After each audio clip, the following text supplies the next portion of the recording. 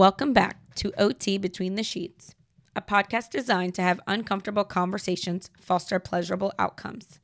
I'm your host, Nicole, an occupational therapist, pelvic health specialist, sexologist, educator, entrepreneur, author, kink enthusiast, cat lover, and all-around conversationalist.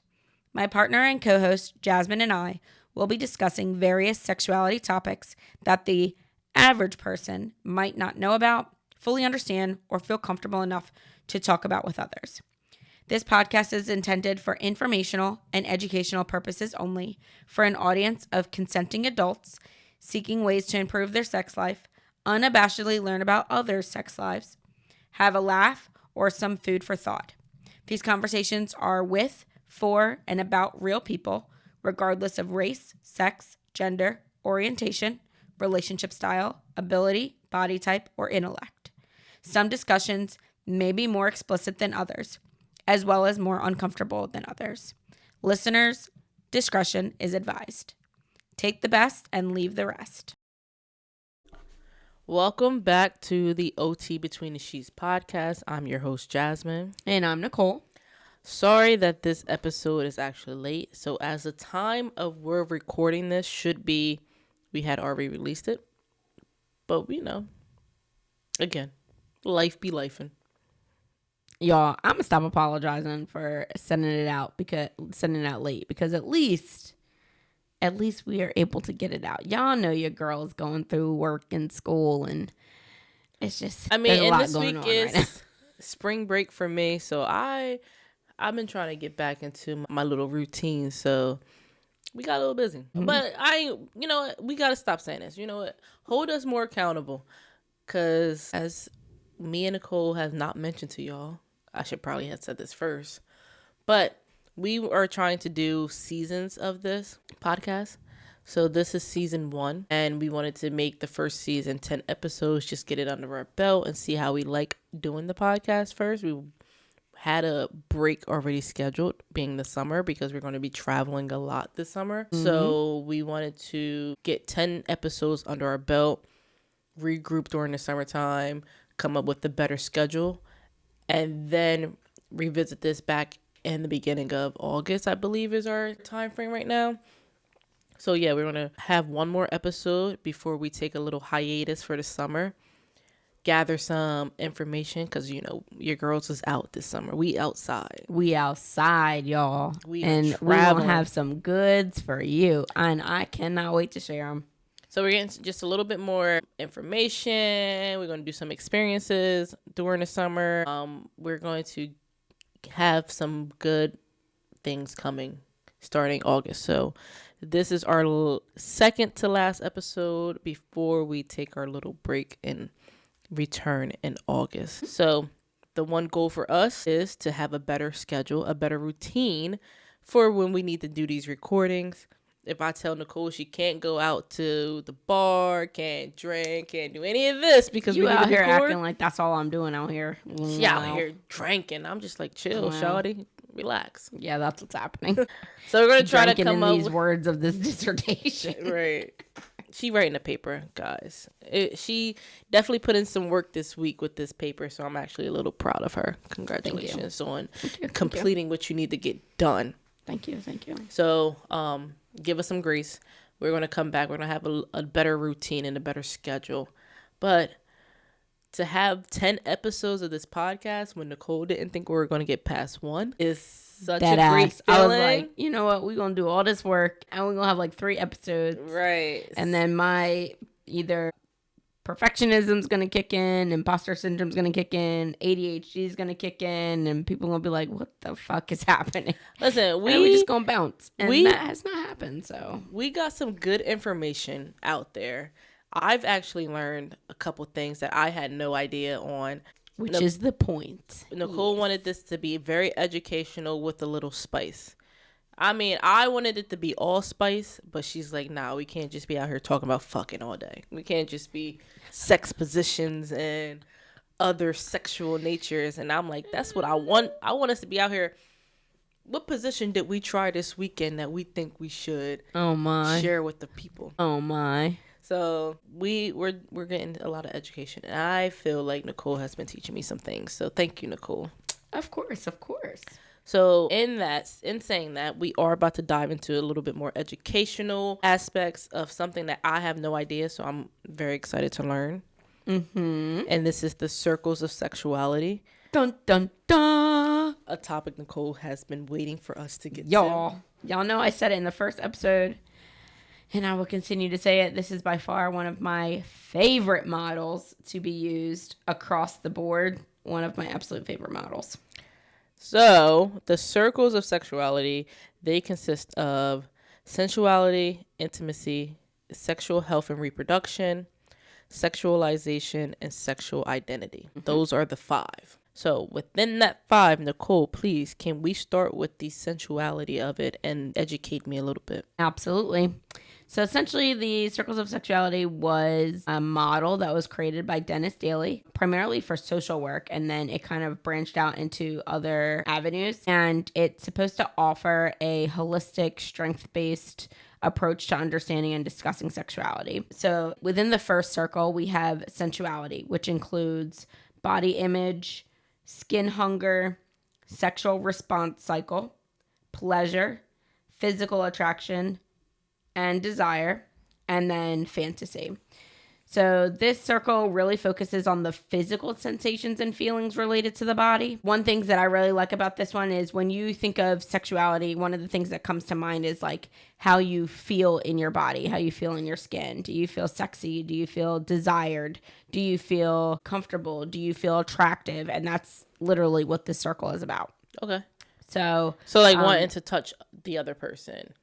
Say that again. Like wanting to touch the other person. That can be one of them. Like, so for skin hunger, is that what you're referring to? Yeah. Yeah. So for skin hunger, that one is one where it's like you desire physical human contact, like skin to skin. Like, I just want to be with you at all times and having that like physical touch. So when you're telling me, I just want to jump in your skin. Yes. Okay.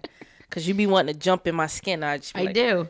All right, so that's that. And I'm the one, like, I'll whisper and I'll just be like, you know, if I could, I would love to get in your skin. And it sounds creepy, right? Like, I'm like, what the fuck? Yeah, like you about to skin me alive and wear me as a jacket. Come on. But no, that's exactly skin hunger. So that's like that skin to skin contact. Okay. And then, body image, like I said, sexual response cycle, that's something that I kind of play into as a pelvic floor therapist. So that literally is the physiological and emotional changes that occur as you are engaging in sex and having some type of sexual stimulation leading to orgasm. Okay, I was gonna say, so like an orgasm, that's sexual stimulation. Exactly. Yep. So when my patients are telling me, I have a lot of pain and I can't really enjoy sex, or I haven't had an orgasm, I'm not really sure what an orgasm feels like, I'm the one that's like, okay, let me explain this to you, let's try different ways of kind of getting you there, and then I'm taking them through the understanding what that cycle looks like. Okay, so off of that, what you just said, I was at the gym the other day with my friend Lindsay, and we were saying how some body movements that we do or some exercises that we do just feels almost like that's that sex I need, like that intimacy. Do you find that as being weird or like not something that's common? No, not at all. Okay. That actually is pretty common for people that are in the gym, from my understanding. There are people that have will actually have orgasms while working out. That's crazy to me. Yeah. Will literally have orgasms depending on the type of exercise you're doing. And think about it. The muscles that you are engaging, some of those are related to your pelvic floor. And if it stimulates your pelvic floor in the right way, that can cause you to be aroused. And if you're aroused enough, that can take you through the excitement phase all the way up to orgasm. And then you're like, oh, wow. Okay. I'm be like, damn, these calf raises really just got me there. It got me going. I swear, these calf raises is the one exercise where I'm like, I feel like I'm engaging my pelvic area more than any other exercise. And I just be like, wow, This is That's nice. very interesting for it to be your calves. Right? I don't know. I told Lindsay, it was like, these calf raises might getting me going, I love that for you. Yeah. So, I mean, that also kind of goes hand in hand when people have like erogenous zones, like on their body, which is basically like different parts of the body that increases sexual stimulation, right? So, I know some of your zones. Okay. Anyway. I know them. Anyway. Go ahead. Don't get flustered. Don't get flustered because I know your zones. You can lose my train of thought. Come on. What was I saying? These zones. Because some of the zones can be odd. So like odd to me because it may not be a zone for me. So some people are like, you tickle the back of my knee and oh my God, I'm ready to go. You wouldn't think about that. You wouldn't think about that, but you touch that bottom of that foot and I'm right. like, oh. Exactly. All right. So there's that. Okay.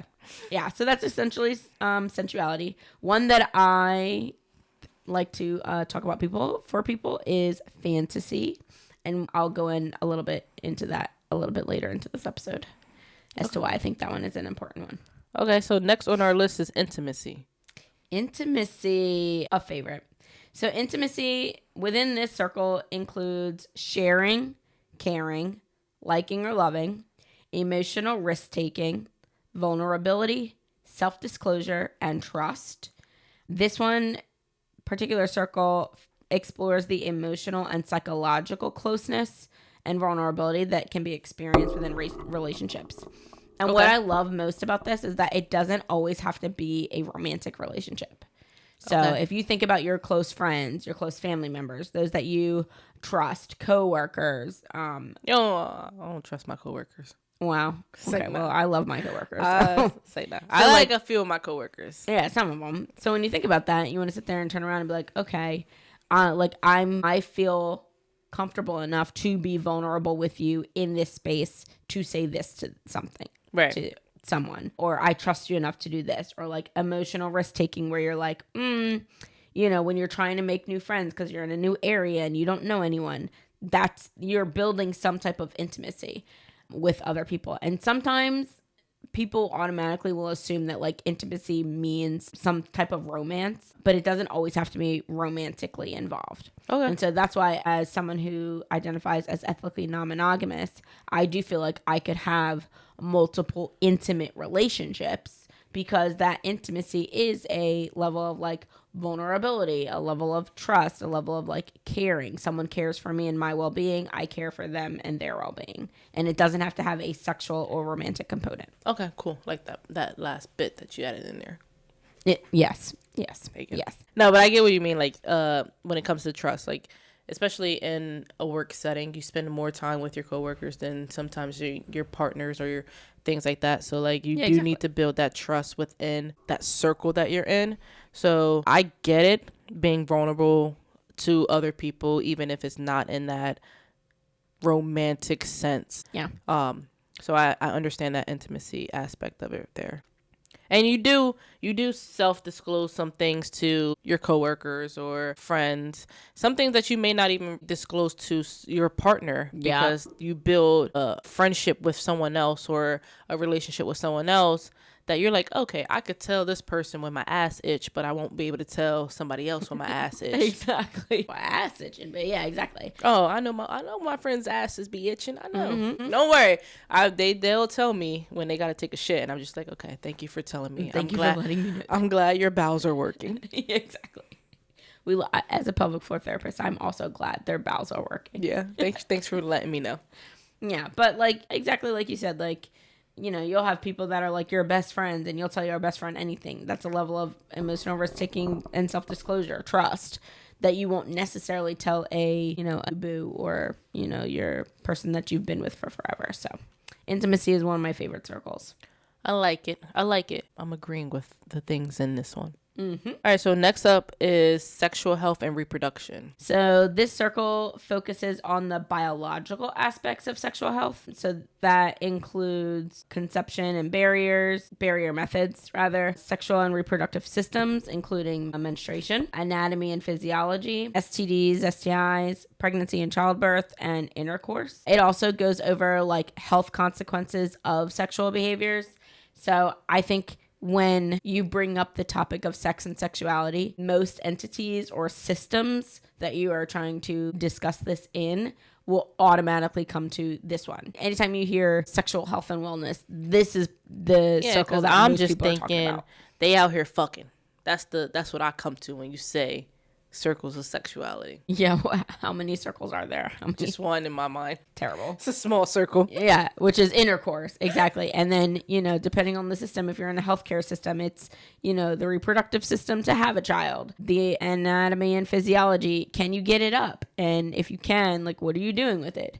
Pregnancy and childbirth, how that process happens, and then you get into infertility and all that. When you start talking with, teens and adolescents, first thing that comes to mind, contraception and barrier methods. We don't want you getting pregnant. So if you're going to do it, be safe about it. And if you're not going to do it, you need to be abstinent, period. Right. So, but as we have been talking just in this episode alone, we have now gone through, this is 3 out of 5 circles of sexuality. And yet most entities tend to only look at the sexual health and reproduction circle.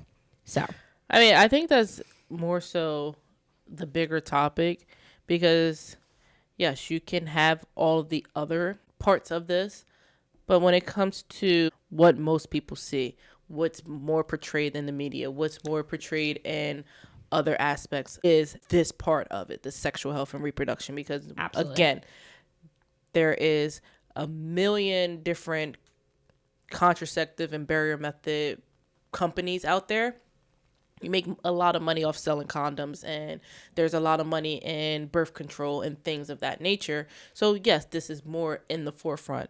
No one's really talking about, you want this, how does your body image look? Or yes, you're craving that skin to skin contact. Mm-hmm. No, most of the things are focused on the sexual health and reproduction. Exactly. Contraception and the barrier methods, that's a big money maker in the field that they're in.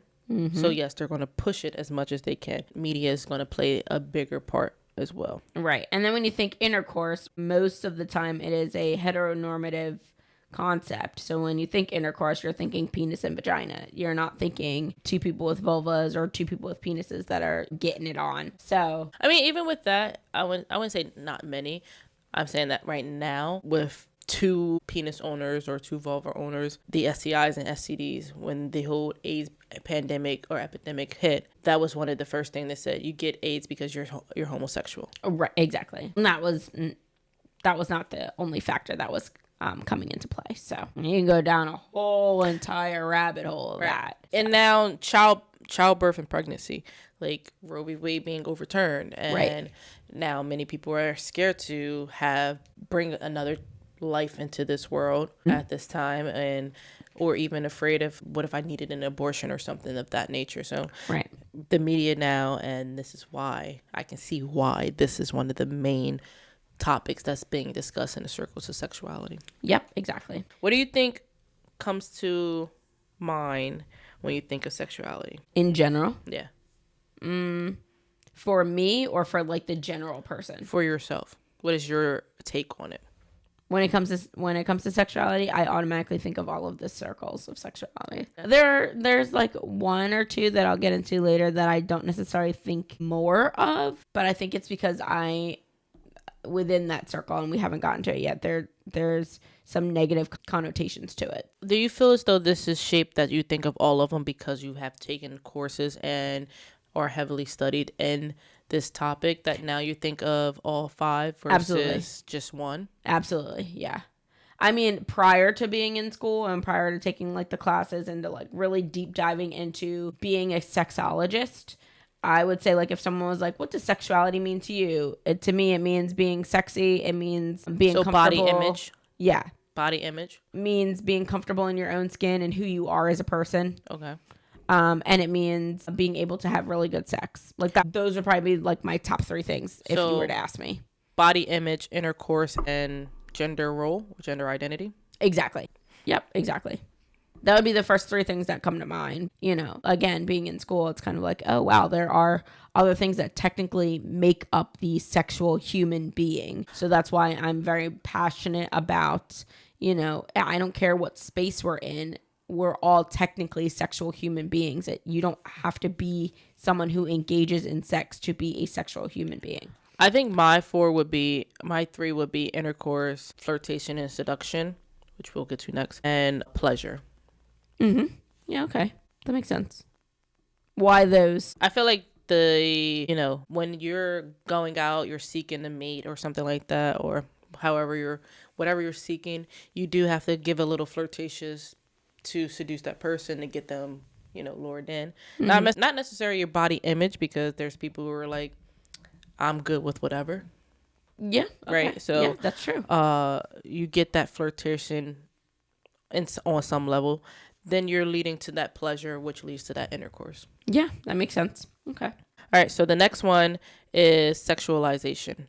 Yes. So this circle explores how sexuality is used to either influence, control, or manipulate others, which can involve like media images, flirting, seduction, different forms of sexual expression. So within this, as you said, flirting and seduction, there's also withholding sex, sexual harassment, rape, and incest.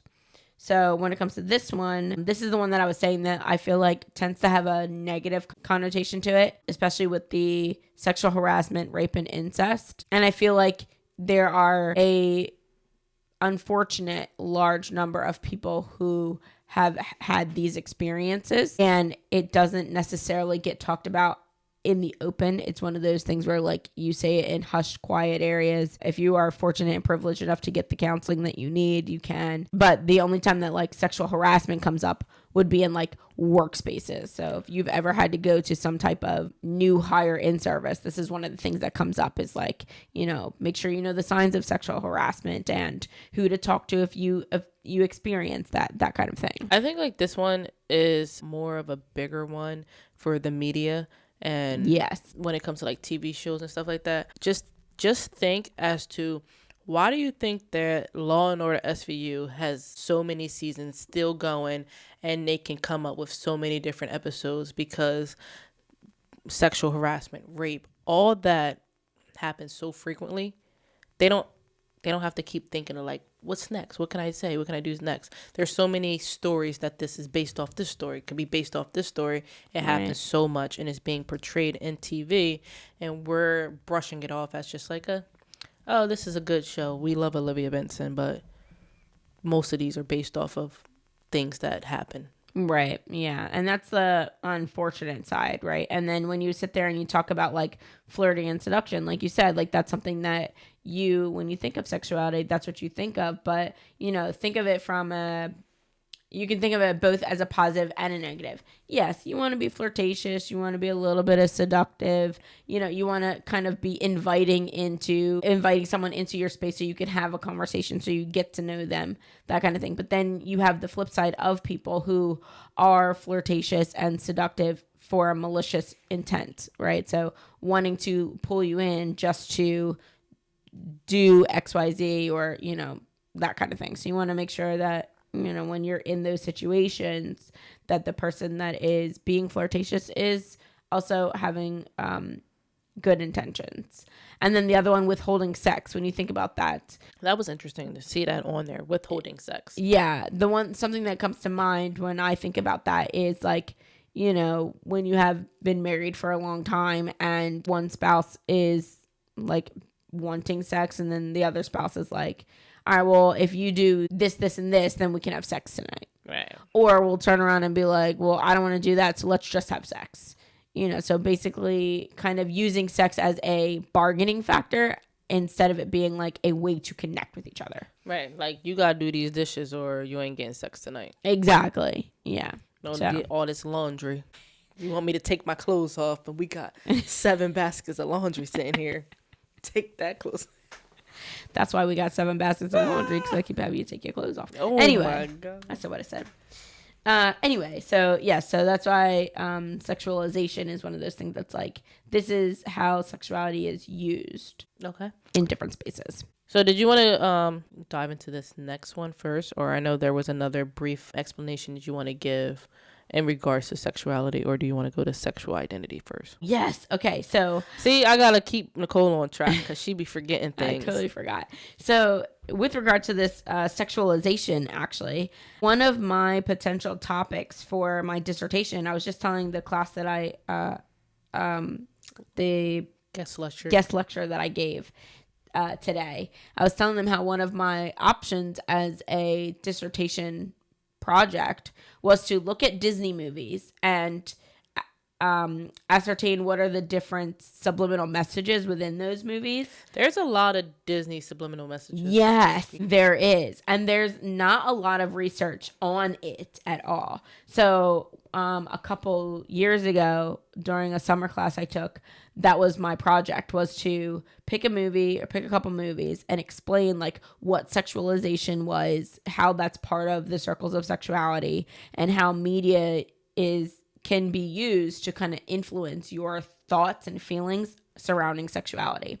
And a lot of the things that I found within that was like a lot of the women within some of the Disney movies, if they were a woman of color, they were someone who had the like bigger boobs, bigger butt, slimmer waist. Whereas if they were not of color, they were someone who was more dainty. They were covered up more. Oh, yes, because Princess Tiana is shaped like a Coke bottle. Yeah. Yeah. So, and like Pocahontas had like her shoulders out, had like you could see a little bit of her cleavage, had her legs out, but like all the other princesses didn't. I know, because Belle got the little weak arms and everything. Don't be coming for Belle. Do not come for Belle. Just saying. All right? Those are my two. You just said it. That's why I said it. So, yeah. So those are like some of the things that I was like, oh, wow. Like, what are kids picking up that they may not understand yet? And one of the other things that I put on there was understanding consents, like explicit and implicit consent. And one of the images I showed was of Aladdin. And so in Aladdin, there is a picture that I snapshot of Aladdin and Jasmine looking at each other. And you can see that she is like giving that flirtatious look that like, I want you to kiss me or, you know, touch me on my hand or something. And he's just kind of like flirting back with her within this like gentle smile. But then in another picture of Jafar behind her and is like really close to her, and she has this like cringy look on her face and is basically like saying, her face is saying like, get away from me, back off of me, leave me alone. But if you watch the movie, that's not what she's actually saying. And so I wrote about how, you know, I'm wondering when kids see this, if there is someone who is all, you know, providing these explanations, providing these like touches or closeness to them that they're uncomfortable with, and they don't have the words to say, I'm uncomfortable. Are they able to get away from that person and understand that, oh, you actually don't like this? And, or are they learning from these movies that like, just because someone is all up on you doesn't mean that you can tell them no, because Jafar was not taking the hint, even though she wasn't explicitly saying no in the movie. So that's an interesting take on it when you say it like that, because I've seen on social media where there was a controversial teacher, I believe it was a younger grade, and she was trying to teach her students like what's a good touch and what's a bad touch. And because she had to touch in a bad area, they're like, no, don't do that. Like, I don't want my child learning that. But how are they gonna know to say, no, I don't like that, if they don't learn it in some way? And then it goes into like, well, the parents should be teaching, this is a good touch, this is a bad touch. But if not every parent is teaching their kids this, then some kids are going to think this is okay. Exactly. And then some kids are like, no, I know this is a bad touch. Exactly. And that's the unfortunate like battle. And I'm not a sex educator within the school system. We can bring one on for sure. I know a couple of them. But that's essentially the battle, is you have parents that are like, well, my kid doesn't need to know about sexuality. Well, look, these are things that encompass sexuality. Mm-hmm. It's not just about, you know, people getting it on. Right. Like, your child should be able to understand body image and being comfortable in their own skin is part of their sexuality. Knowing what, you know, a good touch versus a bad touch is sexuality. Being able to be comfortable enough and confident enough and secure enough to be vulnerable with someone, to develop a trust, to develop a care for someone else and not just themselves. That is sexuality. When you sit there and you say, well, I can teach my kid this, great. What tools or education have you had on these things? Are you telling them about all of these things, or are you only picking and choosing the few? And if that's the case,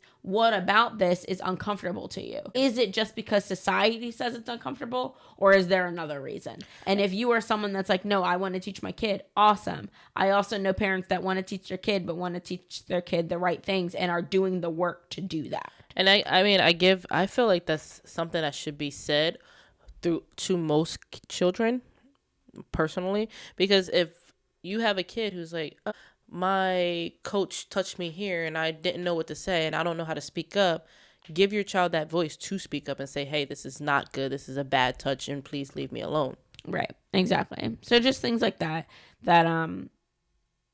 again, that's why it's important to make sure you understand like all of the different facets of sexuality. Thank you for that, because I totally forgot. I wanted to tell the peoples about my project. You totally forgot. And I was like, this is a little Disney insert that I know she wants to insert in there because she's a Disney adult. That, and also because while I was talking about it earlier today, I was like, dang, like that actually would have been a really fun project to continue working on. So, well, we don't have time for none of these projects, so we're going to move on. A couple of the projects I currently have, and then we'll come back to it. We got a lot of projects working. Projects on projects on projects. So we're going to move on to the last one, which is sexual identity. Yes, this is another one that is a hot topic for people. Okay, so sexual identity is examining how individuals perceive themselves as sexual beings. So this includes gender identity, gender role, sexual or affectional orientation, and then biological sex. This I feel like is like the most confusing part for many people to understand. Yes. And if you know the definitions of these, then it's like, oh, okay. But a lot of people either confuse the definitions or they're not trying to hear the different definitions because it completely like obliterates their argument. So for instance, gender identity. So this is subjective to a sense of self. So essentially there is cisgender and transgender.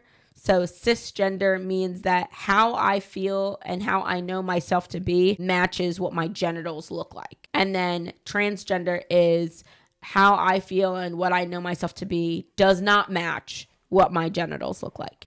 Genitals being, yes, there are technically 3 types of genitals. So there's vulva owners, there's penis owners, and then there's intersex individuals. And intersex meaning that there is some kind of blend between the two that tends to happen at like a cellular level, chromosome level, if I'm not mistaken, in the womb. And so when they come out, 9 times out of 10, the sex you are assigned at birth is based off of your genitals. And then they also can do a blood type to say, okay, you have an XX chromosome, which is female, or an XY chromosome, which is male. And then that's also how they assign your biological sex at birth. So what you're assigned biologically at birth, you can either be a female, a male, or intersex. Correct. And that's biological sex. And then gender identity is if yourself, how you feel, is matching what you are assigned at birth. Correct. And that also comes into play in terms of gender role. So gender role are the attitudes and behaviors that follow a societal script. So for instance, when you talk about females, you automatically associate females with vulva owners.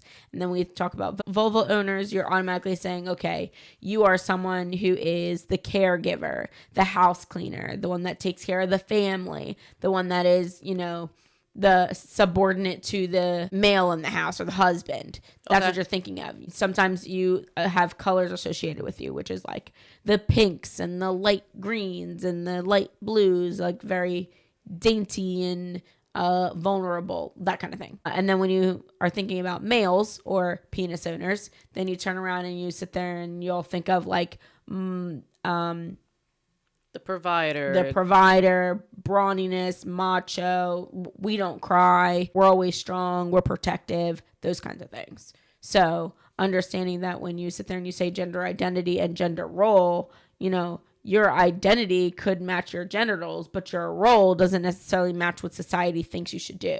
Right. And it's always, all of it is conflated. Changes with the times of the society that you're in and with the area that you're in. I mean, traveling. I got to witness that firsthand, being able to travel to like London and Paris and Amsterdam, and then also going to Italy, like being able to see the difference in how people treat each other.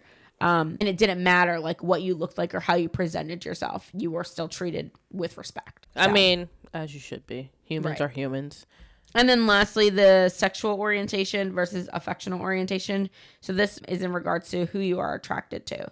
So sexual orientation, like who you would want to engage in sex with. Affectional orientation has more to do with like who you would want to be in like a romantic relationship with. And sometimes those individuals can be different. Okay. Yeah. So sexual identity has a lot into it. It does. It very, does. very much. Mm-hmm. So how you see yourself, what you're assigned, who you're attracted to, and what behaviors that you follow all play into your sexual identity. Exactly. Got it. Yep. So at the end, as we're coming to the end of this podcast, I had a couple food for thought questions for you, Miss Jasmine. Okay. And then, of course, we're both going to answer, but I also want y'all to listen to these questions and, think about it for yourself.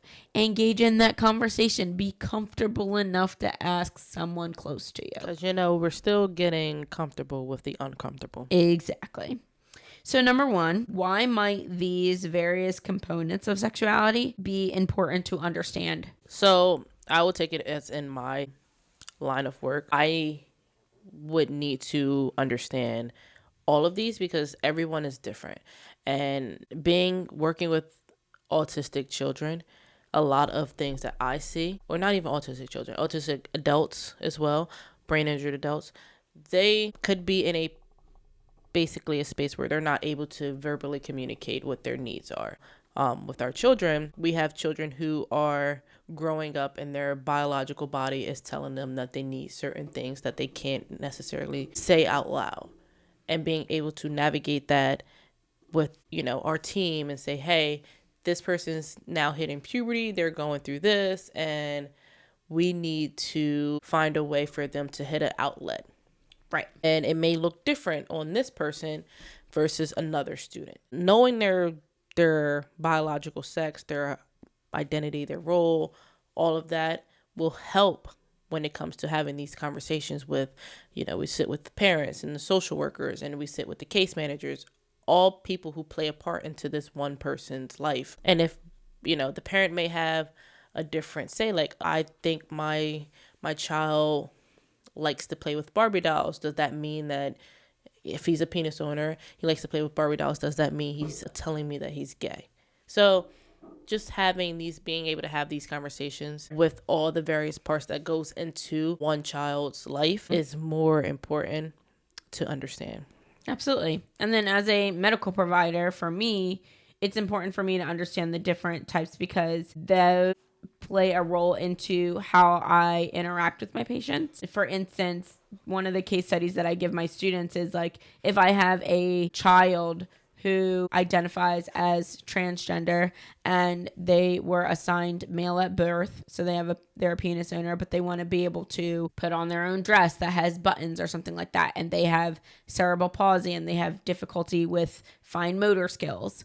So now I need to understand that because I'm not going to sit there and give them, a button-down shirt and slacks if that's not what they want to wear, So that now I want to make sure that I am able to reaffirm how they see themselves because that can highly affect what their body image is later down the line. And that probably can affect like how they perceive you as being a trusted person. Yeah. Yes, exactly. When it comes to my pelvic floor patients, I'm looking at intimacy. I'm also looking at sexual health and reproduction. So whether they're coming in pregnant, they're trying to get pregnant, or they were pregnant, if intercourse is painful, what that looks like, what their sexual response cycle is, are they able to engage, like have pleasure with their partner or partners? Those are things that I look at. And then just making sure that it's the goals that we're working on is what they want to be at. So we kind of basically have the same type of understanding. Okay, number 2. What have you done in the past to enhance one or more subsets of these circles of your sexuality compared to others? And do you tend to focus on one area over the others? Why or why not? Or why might that be, rather? I mean, I do tend to focus on one area more than the other, which would probably be the sensuality aspect of things. That being said, yes, I do seek more of the physical attraction. I do desire to be in your skin some days, and I'm just like, come here, I need you. So I do tend to focus on that. And I mean, in the past, I mean, I have had other partners who focused on the physical attraction aspect. So I feel like that's why I look at it more Okay. than the others. And like the sexual reproduction and sexual health, I'm gonna be a little vulnerable to our peeps. I've never was someone who's like, I'm gonna have 7 kids or anything like that. It's just, if it happened, it happened. And then as I got older, I was just like, no, I don't see myself as being in that role. Now things have changed, but I didn't focus on that when it came to my previous relationships. It was more the intimacy, the sensuality. That's more of where I focused. Gotcha. Okay. What about you? So I would say that I tended to focus more on the sexual health and reproduction, in that I was very much as I love talking about sex, I'm very much one that was like not part of the dating scene until late life. Yeah, I know. A shocker. People could come up to me, and not that anybody really did often, but when they did, I very much was like, why are you in my space? You Back had up. resting bitch face. No, like yes, but no, like unintentionally a resting bitch face. And then the other thing would be It's like, usually unintentional. oh yeah, that's true. Or I'll be like naturally having a conversation with someone because I tend to automatically be vulnerable and self-disclose without realizing that I'm just telling my whole life story. Spilling tea without needing to spill that tea. Yeah. Okay. Yay, ADHD. And then people will think I'm like flirting with them, and I'm like, wait a minute, I'm not interested. So at that point, I'm kind of like, I think previously that's where I was just like, okay, if I'm going to be, having sex, I need to know like what contraception I'm going to be on, what barrier methods are we using. I knew my cycle in and out. I knew like what kind of STIs or STDs I could get, and I was trying to avoid pregnancy at all costs. And then, making sure I was really enjoying the sex that I was having. Now I think that I focus more on intimacy in the sense that like really building genuine, authentic connections with people as well as with myself. And that's where that sensuality comes into play, like really honing in who I am as a person, how I show up for others, how I show up for myself, and then just pleasure in all aspects of that, like pleasure in sexual pleasure, but also pleasure and joy in the activities that I'm doing, in the spaces that I'm in the work that I'm doing, that kind of thing. Okay, make sure we focus on that pleasure for you. Yeah, thank you. No problem. I got you. So I got a question for you. Okay. What are 2 to 3 actions you can do to improve your sexuality or understanding of your sexuality? Ooh, okay. When it comes to sensuality, something that you can do to either improve your sensuality or understanding would be to find what brings you joy. And that's that pleasure part. What makes you happy? And it doesn't have to be something like, I love going for walks in the park. Awesome. If that's what it is, great. Let that be it. I mean, I'm just saying, sunlight brings me joy. It does. And let that be part of your like daily as best you can. Yes. But then when it comes to sexual pleasure, like if you are someone that enjoys the toys and enjoys the kink, get out there and get the toys and get yourself some. Y'all better go to them sex shops. Okay. I'm just Ask saying. the questions. And number 2, I would say to keep a fantasy journal. So that's the thing that I would say that I was coming back to. Fantasies are awesome and great, and they can be as explicit or as vanilla as you want them to be. But it's good to be able to write them down so that that's something that you and your partner or partners can discuss and maybe potentially fulfill some of those fantasies, as long as everyone is consenting and safe. And so that would be 2 things that I would say to do for that. Okay, so you're channeling your little center moment, because the one character used to keep a journal of all of her sexual fantasies. Yes. And her man said, screw that journal, tell me, and we just gonna recreate all of those fantasies you got. Exactly. Okay. And it was Shout out good, to too. the Okay. center, Okay. Chantel Tessier. That was a great book. Such a good movie. Or such a good book. I hope they turn it into a movie, actually. They can't. Anyway, I digress. Next one, intimacy. So one thing would be, like, consider going to counseling. Something doesn't have to be wrong for you to go talk to a counselor. Being able to understand, like, why is it that I may not be able to self-disclose or be vulnerable with other people? And then how can I get better at it so that I can do that and build more intimate relationships? And then 2, using a traffic light stop to decide what is safe and to discuss with someone. So you're saying like red light, no, it's a no-go for me. Yellow, okay, we can try it. Green, it's go. Exactly. Okay. Yep. And when it comes to sexual health and reproduction, for this one, do your homework and your research. Talk to experienced experts. Sexperts. The sexperts, if you will. Take a course or attend a conference. Conferences are awesome because you're with other people that may not know what in the world's going on. And so now you don't feel alone and you can ask all the questions. Right. And Nicole can definitely hit you with some courses and sexperts that y'all can talk to. Attends and knows people. Yes, I do. Yes, I do. Next, sexualization. So notice the signs, either for yourself or for someone else, if they are either getting harassed or if they are someone who might have like a malicious intent. Take a dance class when it comes to like if you want to increase your own ability to flirt with someone, because y'all, I cannot flirt for nothing. Like I can't do it. And then just understanding policies. So like that sexual harassment part, like understand She like can't your flirt rights for at nothing. work. I can't. Wait, when you say take a class, I immediately thought of your sister. My yes, I was yes. like, oh, everybody about My to sister be is a pole dancer. taking a pole dance and class she with Shonda. Takes classes. She was actually just featured in a magazine. Shout out, Shonda. I'm so proud of you. So yes, definitely one of those. And last but not least, because we are like rambling at this point, is the sexual identity. So for this one, I highly encourage you to listen to others to understand their perspective, not to react or debate how they feel about themselves.